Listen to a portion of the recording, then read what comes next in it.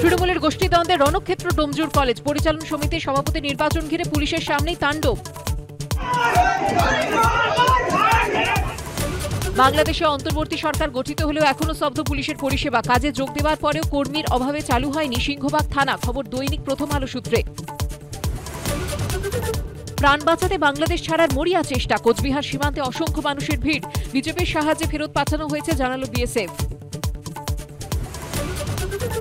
বাংলাদেশে ইউনূসের নেতৃত্বে অন্তর্বর্তী সরকারকে শুভেচ্ছা বাংলার মুখ্যমন্ত্রী। প্রতিবেশী দেশ ভালো থাকলে আমরাও ভালো থাকব, বার্তা মমতার।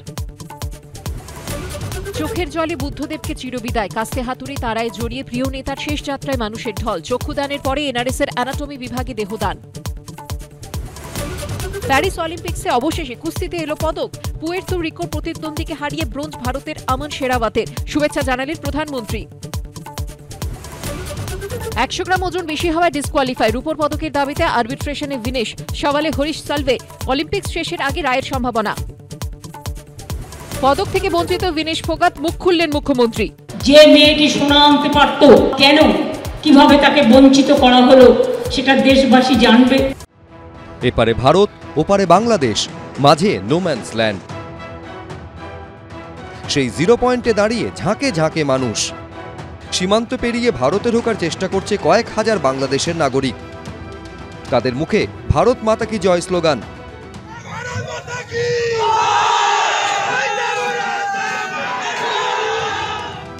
জলপাইগুড়ির বেরুবাড়ির পর এবার কোচবিহারের শীতলকুচি। আবার সেই এক ছবি। সীমান্তে ওপারে হাজার হাজার মানুষের ভিড়। শীতলকুচির পাঠানটুলির ওপারে বাংলাদেশের লালমনির হাটের গোতামারি গ্রাম। দুই দেশের মাঝখান দিয়ে বয়ে গিয়েছে খড়প নদী। শুক্রবার সকালে গিয়ে দেখা যায় জিরো পয়েন্টে সেই নদীর পাড়ে দাঁড়িয়ে অসংখ্য মানুষ। অনেকেই নেমে পড়েছেন নদীতে। এপারে ঢোকার চেষ্টা করছেন তারা।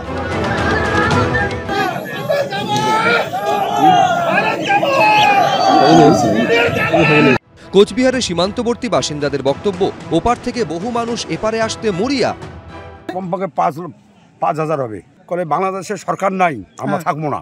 আচ্ছা, আমরা ভারত যাবো। বাংলাদেশের অনেকেই।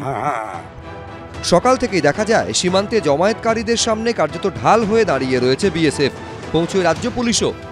শীতলকুচির ভারত বাংলাদেশ সীমান্তে আজ সকাল 10টা নাগাদ বাংলাদেশের প্রচুর মানুষ একেবারে নোম্যান্স ল্যান্ডে এসে পৌঁছয় এবং তারা যেটা জানা যাচ্ছে যে তারা ভারতে ঢুকতে চাইছে। যদিও এই এলাকায় সীমান্ত থাকায়, কাঁটাতারের বেড়া থাকায় কিন্তু তারা ভারতে প্রবেশ করতে পারেনি এবং প্রচুর পরিমাণে বিএসএফ মোতায়েন করা হয়েছে। বিএসএফের ডিআইজি তিনি চলে এসেছেন এবং পাশাপাশি পুলিশের আধিকারিকরাও কিন্তু ঘটনাস্থলে এসে পৌঁছে গেছেন। বাংলাদেশের কিছু লোক আমাদের বর্ডার লাগোয়া এলাকায় এসে জমায়েত হয়েছেন এবং আমাদের বর্ডার সিকিউরিটি ফোর্স, থানা থেকে পুলিশ এবং বিডিও ম্যাডাম এখানে এসেছেন।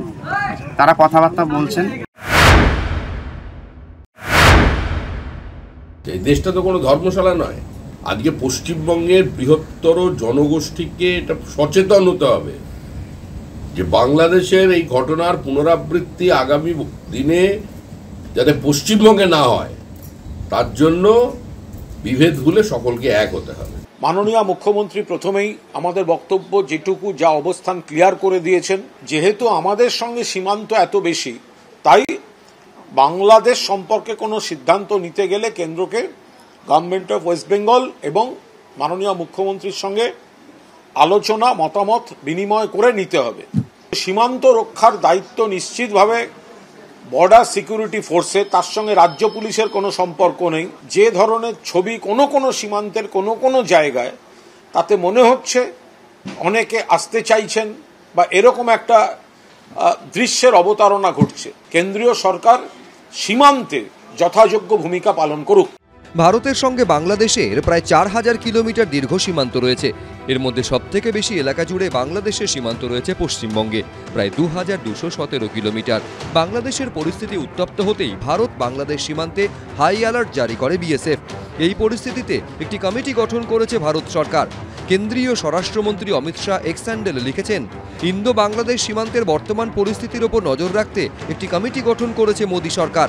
বাংলাদেশে বসবাসকারী ভারতীয় হিন্দু ও অন্যান্য সংখ্যালঘুদের নিরাপত্তা নিশ্চিত করতে সে দেশের প্রতিনিধিদের সঙ্গে সবসময় যোগাযোগ রাখবে এই কমিটি।